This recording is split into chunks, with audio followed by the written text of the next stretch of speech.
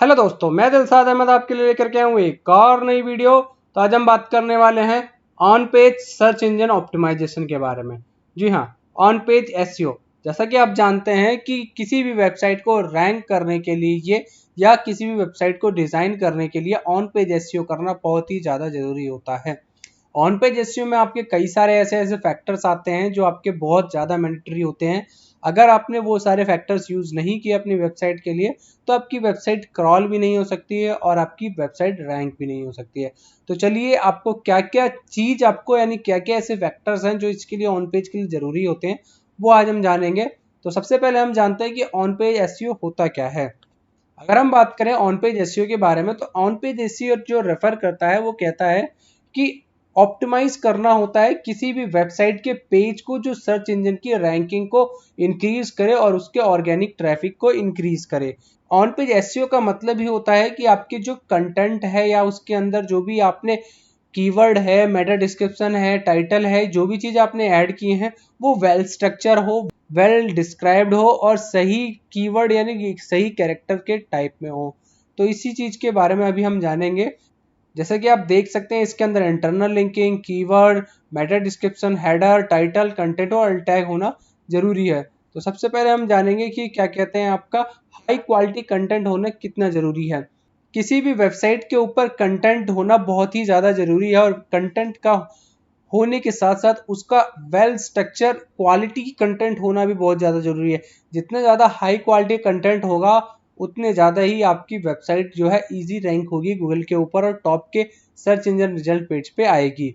Quality content का मतलब ये नहीं होता किसी भी आप एआई का यूज़ करके आप या फिर किसी भी तरीके का कंटेंट लिख के, यानी क्वालिटी कंटेंट का मतलब होता है कि आपका जो ब्लॉग है या आर्टिकल है उसके अंदर सभी चीज वेल स्ट्रक्चर, वेल डिस्क्राइब्ड होनी चाहिए, सभी पॉइंट्स उसके अंदर होने चाहिए और वेल जिस भी कीवर्ड के ऊपर आप अपना ब्लॉग रैंक करना चाहते हो वो आपके H1, H2, H3 या आपके कंटेंट के पैराग्राफ सेक्शंस के अंदर होने चाहिए। नेक्स्ट अगर हम बात करें तो बात करते हैं टाइटल टैग की। टाइटल टैग होता है जो भी आपका जो मेन हेडिंग होती है या आपके जो पेज जिस चीज के ऊपर वो डिस्क्राइब होता है वही आपका टाइटल टैग होता है। आप टाइटल टैग यूज कर सकते हैं अगर आपकी वेबसाइट किसी भी सॉफ्टवेयर या PHP.NET पे है तो उसको आप किसी भी डेवलपर को देकर के टाइटल टैग लगवा सकते हैं। अगर आप किसी वर्डप्रेस की वेबसाइट का यूज कर रहे हैं तो उसके अंदर आप खुद ही अपनी वेबसाइट पर टाइटल टैग लगा सकते हैं। टाइटल टैग एक HTML एलिमेंट होता है जो किसी भी वेबसाइट के जो पेजेस को डिफाइन करता है और उसको सर्च इंजन रिजल्ट पेज पे शो करता है। नेक्स्ट अगर हम बात करते हैं तो बात करते हैं मेटा डिस्क्रिप्शन या मेटा टैग की। आपका अगर मेटा डिस्क्रिप्शन की बात करें तो मेटा डिस्क्रिप्शन होता है आपका एक छोटा सा small brief about your pages. Meta description होता है कि आपके जो भी वेबसाइट का जो पेज है उसका जो कंटेंट लिखा है आपने उसको 160 कैरेक्टर के अंदर ही बताना, यानी एक शॉर्ट समरी आपकी वेबसाइट के पेजेस की। तो वही होता है मेटा डिस्क्रिप्शन। मेटा डिस्क्रिप्शन के बाद आता है आपका एक मेटा टैग। मेटा टैग्स का मतलब होता है कि आपकी जो वेबसाइट के ऊपर जिस पे भी आप उसको रैंक कराना चाहते हैं पर्टिकुलर पेज या पर्टिकुलर वेबसाइट को, तो वो सारे जो टैग्स होते हैं आप उनको मेटा टैग्स के अंदर यूज कर सकते हैं। नेक्स्ट अगर हम बातें हैं तो आते हैं part of the URL structure, यानी यूआरएल का जो स्ट्रक्चर है वो कैसा होना चाहिए। बहुत से आपने देखे होंगे वेबसाइट में अलग अलग तरीके के यूआरएल्स होते हैं, तो आपका एक यूआरएल कैसा होना चाहिए। एक यूआरएल बिल्कुल सिंपल और सरल होना चाहिए ताकि कोई भी आप उसको रीड करके या याद कर सके। अगर आज के बारे में बात करूं तो गूगल जो अगर आज के बारे में बात करूं तो गूगल जो अपने यूआरएल्स को रखता है, जैसा कि आप देख सकते हैं यहाँ पे सबसे पहले आपका आता है प्रोटोकॉल सेक्शन। प्रोटोकॉल सेक्शंस के अंदर आप HTTPS का यूज कर सकते हैं। उसके बाद आपका www डॉट आपका आता है जो सब डोमेन होता है। बहुत से वेबसाइट ओनर www लगाते हैं, बहुत से वेबसाइट ओनर नहीं लगाते हैं, तो ये आपको लगाना मैंडेटरी है अगर आप खाली इंडिया नहीं किसी बाहर कंट्री के अंदर भी यूज कर रहे हैं तो। नेक्स्ट आते हैं डोमेन्स के ऊपर। डोमेन डिस्क्राइब करता है आपकी वेबसाइट को। वेबसाइट का मतलब होता है कि आपकी जो वेबसाइट है वो किस चीज़ के बारे में है, वो आप कुछ भी रख सकते हैं। नेक्स्ट आता है डॉट कॉम या डॉट या TLD की बात करें। TLD का मतलब होता है कि आपकी जो वेबसाइट का जो डोमेन है वो आपका किस चीज़ के ऊपर है। डॉट नेट है, डॉट इन है, डॉट कॉम है, डॉट ORG है, ये क्या चीज़ है, तो इस चीज़ के ऊपर।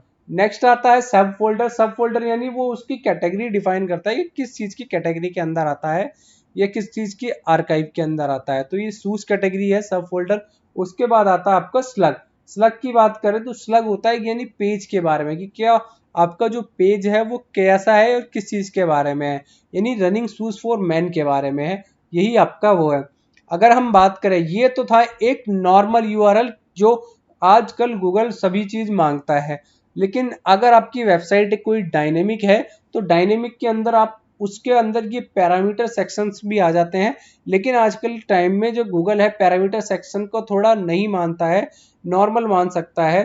ठीक है, तो आप पैरामीटर सेक्शन को आप इसको इंक्लूड ना करें अपने किसी भी आने वाले यूआरएल में। आप सिर्फ अपने वेबसाइट का जो है स्लग तक ही इसको ऑप्शन रखें। ठीक है, नेक्स्ट अगर हम बात करें तो बात करते हैं आपके हेडिंग टैग की। हेडिंग टैग आपके किस तरीके से होते हैं? टोटल हेडिंग टैग आपके 6 होते हैं, यानी H1, H2, H3, H4, H5 और H6। उसके बाद जो आता है उसके बाद आपका आता है पैराग्राफ। अगर हम बात करें तो जैसा कि आप देख सकते हैं फोटोज के अंदर कि H1 आपका सबसे मेन जो होता है, मेन आपका हेडिंग होता है। उसके बाद सब हेडिंग जो होती है वो आपकी होती है हेडिंग 2, और सब हेडिंग जो होती है वो होती है H3। S3 के अंदर यहाँ पे देख सकते हैं, अगर कोडिंग की बात करें तो कोडिंग देख सकते हैं इसकी किस तरीके से हम कर सकते हैं। यहाँ पे H1 हेडिंग 1 H1 लगा सकते हैं, ऐसे ही H1 2 H1 3 H3 4 ऐसे ही आप उसको भी यूज कर सकते हैं। तो इस तरीके से आप अभी सब पेजेस के ऊपर आप अपने H1 H2 H3 4 H लगा सकते हैं। अगर हम नेक्स्ट की बात करें तो नेक्स्ट हमारा आता है आपका कीवर्ड रिसर्च। कीवर्ड रिसर्च करना आपको बहुत ही मैंडेटरी है। अगर आपने हमारी कीवर्ड रिसर्च की वीडियो नहीं देखी तो आप उसे जाकर के देख सकते हैं। कीवर्ड रिसर्च का मतलब होता है कि जो भी आप वेब पेज या कोई भी आपकी वेबसाइट है जिस भी कीवर्ड के ऊपर या जिस भी सर्विस के ऊपर वो रैंक करना चाहती है उसके ऊपर रिसर्च करना है। कितना उसका ट्रैफिक है, कितना आपका कंपटीशन है, कितनी आपकी उसकी सर्चेस है, आपकी जो भी एरिया है, चाहे दिल्ली के अंदर है, इंडिया में है, यूपी में भी, या किसी भी एरिया के अंदर है, तो उस एरिया के अंदर क्या सर्चेस आ रही हैं, तो वही आपका होता है कीवर्ड रिसर्च।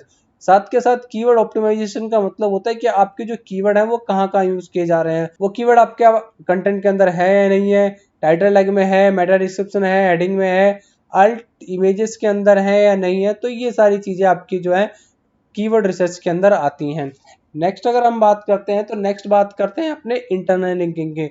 इंटरनल लिंकिंग का मतलब होता है कि आपकी खुद की वेबसाइट जो होती है उसी वेब पेज के अंदर, उसी वेबसाइट के अंदर कई सारे अलग अलग वेब पेज होते हैं, तो उन वेब पेजेस का एक दूसरे के साथ कनेक्शन ही इंटरलिंकिंग कहलाता है। जैसा कि आप देख सकते हैं कि आपकी जो मेन वेबसाइट है, मेन वेबसाइट से अगर मान लेते हैं ये मेन वेबसाइट है, मेन वेबसाइट में अलग अलग वेब पेजेस हैं, तो ये एक दूसरे के साथ कनेक्टेड हैं।